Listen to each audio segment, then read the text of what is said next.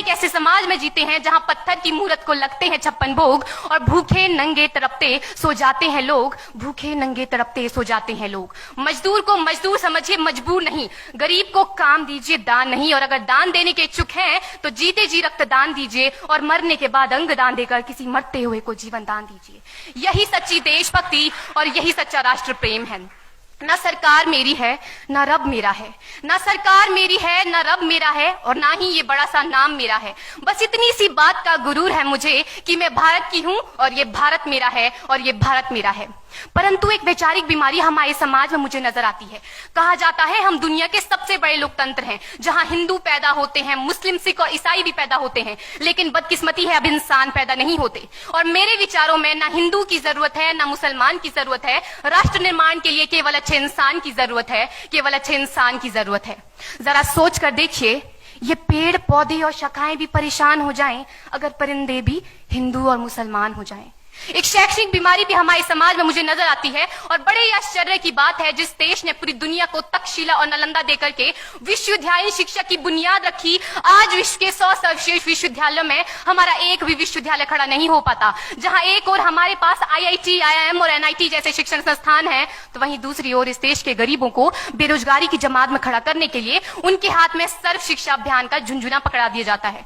और मैं बता दूं, इस शैक्षणिक बीमारी का केवल एक कारण वो ये कि हमारे देश की शिक्षा नीति केवल 2 तरह के लोगों के लिए बनती है। पहले वो जो विद्वान हैं और दूसरे वो जो धनवान हैं।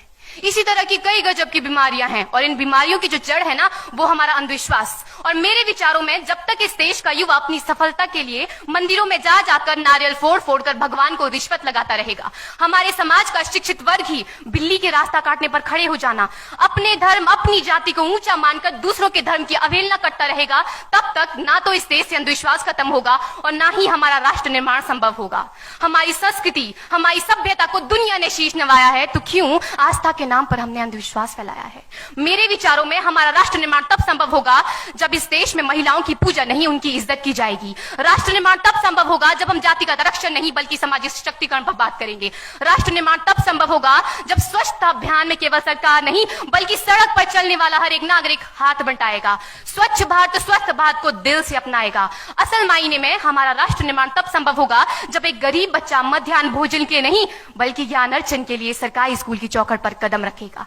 और हमारा राष्ट्र निर्माण तब तक संभव नहीं होगा जब तक एक नागरिक नैतिक रूप से सटीन, चारित्रिक रूप से भ्रष्ट, मानसिक रूप से दिवालिया, धार्मिक रूप से अंधा, राजनीतिक रूप से गंदा, स्वैच्छिक मान मूल्यों के आंकड़ों में जिन्न शिन्न पैपंदमयी अखंड भारत को खंड खंड करता रहेगा। तब तक हमारा राष्ट्र निर्माण संभव नहीं होगा। बड़ी बड़ी बातें नहीं, छोटी छोटी कोशिशें करनी होगी, क्योंकि ठोकर हमें पहाड़ से नहीं पत्थरों से लगा करती है।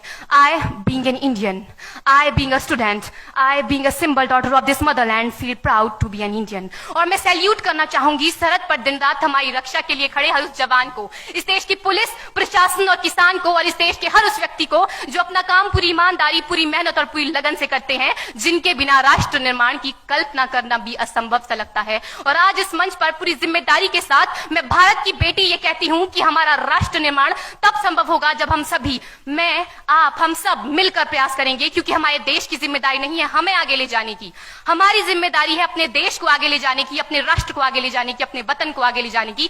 तो अंत में मैं बस यही कहना चाहूंगी, मेरा हिंदुस्तान महान था, महान है, महान रहेगा।